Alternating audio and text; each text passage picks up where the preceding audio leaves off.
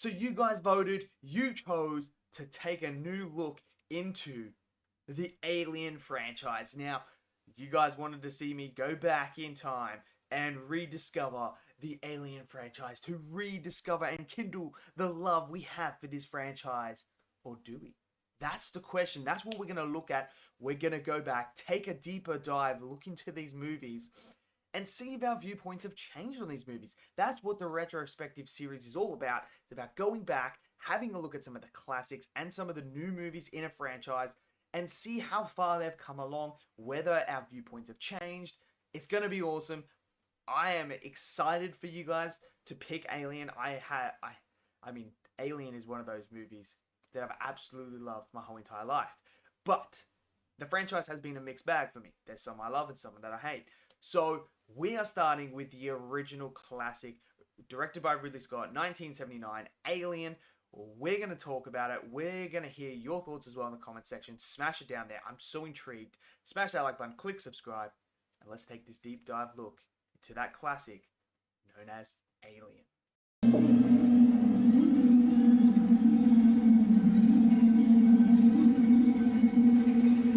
So, Alien, the first movie in this franchise that came out in the 70s, 1979 to be exact. It was directed by Ridley Scott. Now, this movie, to me, is an absolute classic. And upon rewatch, I just absolutely adore this film. This was just the one that kickstarted everything to do with Alien. And the fact that we got 6 Alien movies and we got another, it's either a series or movie coming, is very exciting. Now, the series itself has had issues. Like, it does have its issues. It's not perfect or anything like that. It has a lot of flaws.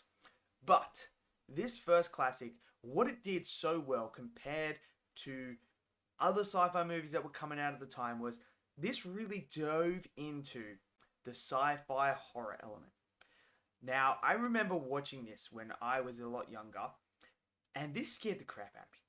I love the way that Ridley Scott directed this film, the way that he maneuvered around the alien, keeping that suspense and that thrill element, keeping you on the edge of your seat, the anxiety that you're feeling upon the first watch of this movie. I remember having all those feelings, sitting there, crapping myself constantly while watching this movie. Now, some people aren't going to be attracted to this movie, and that's fair. I understand that. This movie is very much different, very different to the sequel, Aliens, which we will discuss in the next one. It's very different.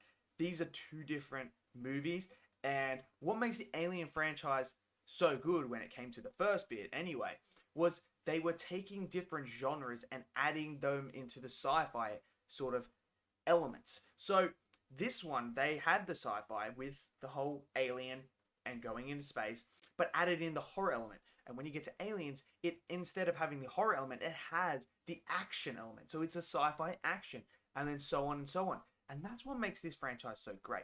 Now, the first one is very much a slow burn. I mean, it is a slow burn. So if you guys do not like slow-paced movies, then this is probably not going to be the one for you. It takes a while to get in.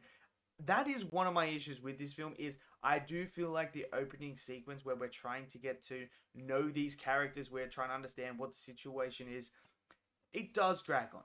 I would admit that that is a flaw that this movie does have. The pacing at the start is not that great. It really isn't. But once they do get down to the planet, which we find out later on in Aliens what this actual planet is, that's when things start to take the interesting turn. This is where we discover the alien ship that is on the planet. And we send a crew out, and they're walking around trying to discover what's going on. And we find out that there's a thing going on with Ash as well, which is one of the characters. We don't know. He's a bit hostile, and he's a bit emotionless.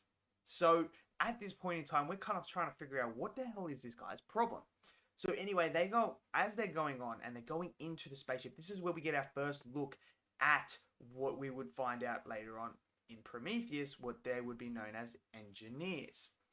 Now, obviously we're going into spoilers, so if you guys haven't seen any of the Alien movies, then I'd probably go watch them before you watch this video. But so we see them, and these are the huge guys. We're going to talk more about them in Prometheus when we get to that.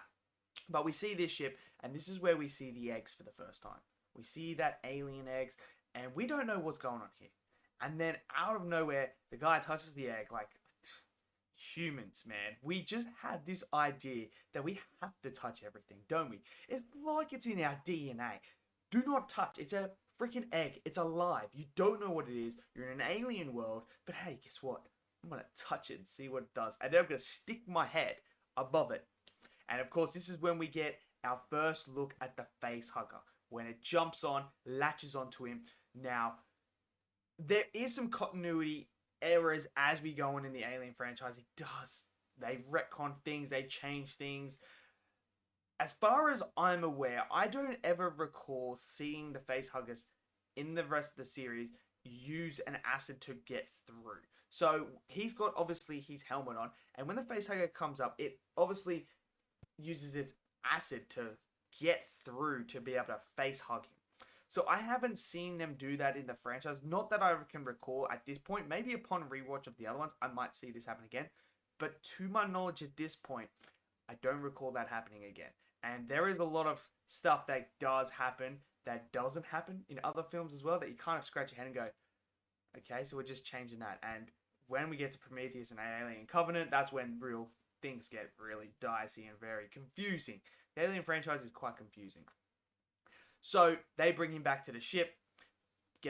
Obviously Ash lets him in against the will. This is when we also get to see Ripley, who is one of the greatest female-led characters in movie history. She is absolutely fantastic, and her growth in the movies as we move forward is absolutely fantastic. Sigourney Weaver is just fantastic. Like, she is absolutely... I don't care what Jennifer Lawrence has ever said. Sigourney Weaver was one of the first female action superstars that kind of got you on your seat going, I want to see her in an action movie, because of the Alien franchise. This really promoted her to go into those action roles. Absolutely love her in this movie. Her character is fantastic. I love it, Ripley. One of my favorite characters of all time. So they bring him in, and then this is where we get to look at what the Facehugger looks like. We get an idea of what its DNA, how its makeup, genetic makeup, and it's actually got acid for blood. That's what we find out, and this is where, like, you just find out the alien creature is absolutely insane. And Ash makes a comment as well in the movie stating that this organism is perfect. It is absolutely balanced. It's got this beautiful skin. It's got this beautiful, like, acidic blood. It also has this instinctual feeling that is neutral. Nothing, no bias, no capitalism, nothing like that. They are just strictly, boom, bonded, good to go. And that's what they're trying to figure out. Like, why is this creature and organism so perfect? And we find out as we move on in the movies just how efficient of a killer the alien really is. So the Facehugger is obviously around him, and they're trying to remove it, but they can't. The Facehugger then comes off, which is very much a common thread as we move forward, and it's dead. So once the Facehugger goes in, it comes off and it dies. And at this point, when you're first watching it, you're kind of like, what's going on here?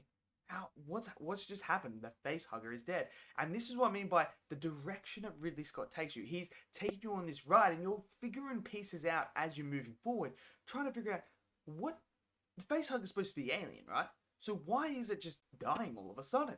And that's what I love, is this mysterious element, and the music just adds to it. And then we find out as the guys come back, and he's like all chirpy and that they're eating. This is where you get that gruesome scene of the alien bursting out of the chest. And it's absolutely brutal. So this is our first look at the actual alien itself. And as you move on in the Alien franchise, you start to see different variations of what is known as the Xenomorph. So we see different variations to it, different looks, depending on the host. So we get this first look at it. He runs off, and now the crew have to try and find this thing.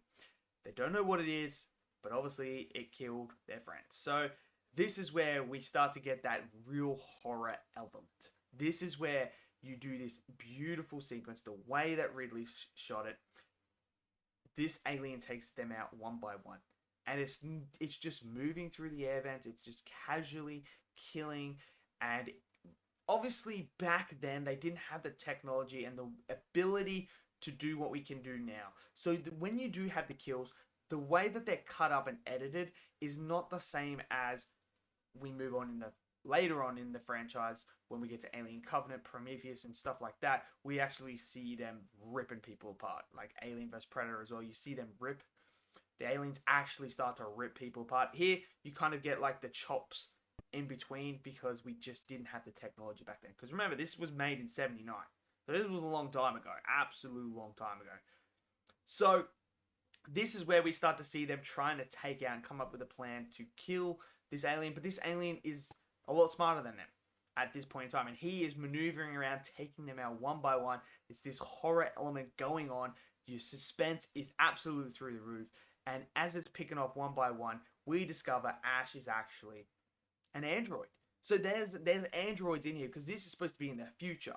So we now know that androids exist. And it's absolutely insane because unless you've seen the Aliens movies, you kind of start, after this one, you kind of start to figure out which ones are the androids, which ones aren't the androids. But I remember seeing this for the first time and discovering that he was an android. I was like shocked. I was like, what? An android? But it made total sense because of the way that he didn't emote emotion, and obviously his objective is to get this organism, bring it back to Earth. And obviously humans have this fucking stupid idea of bringing an alien life, this in one of the most efficient killers in the galaxy, you want to bring to Earth. Idiots. I mean, we are just one of the idiotic species alive. It's insane. Like, we just leave them alone. Just leave it there. Don't bring it to Earth. I don't want to fight those motherfuckers. I've seen what they can do. They're freaky. They're scary. And this is where we start to get a look at what an adult version, because the Xenomorph grows really, really quickly. And this is where we get the first design look of the Xenomorph. And I absolutely love this design. I think it's absolutely flawless. It's scary. It's got a great color, right? Like the colorization of this Xenomorph is absolutely fantastic with like that blue, like really deep gray blue-esque vibe that it gives off with this black tone is absolutely fantastic. The double mouth where it opens its mouth and a little one comes out and shoots out and like absolutely just drills whoever they're fighting. It's absolutely fantastic. I love the design of it. Absolutely do. So we see it just absolutely just decimated. They then destroy Ash because he's trying to keep this thing alive. Then they decide they're going to go take the pod and abandon the ship, blow the ship up, and blow the creature up with it. But what happens is, as they're doing that, the alien just absolutely murders them.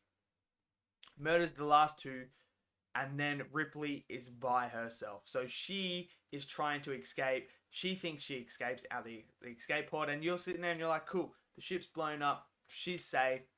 What more? Like, it's over. And then as she's doing all the things, you can actually see the Xenomorph is actually hiding and sleeping in amongst all the wires and stuff like that. You can see it because of its head.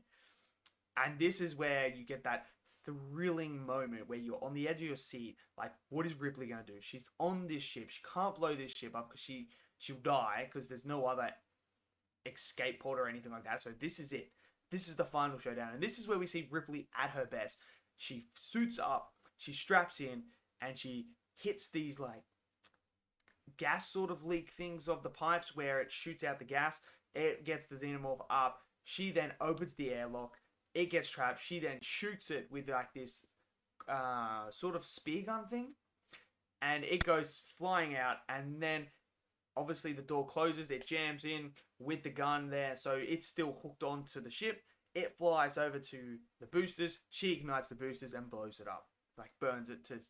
So she's home and drive. She gets in her little cryo chamber thingy.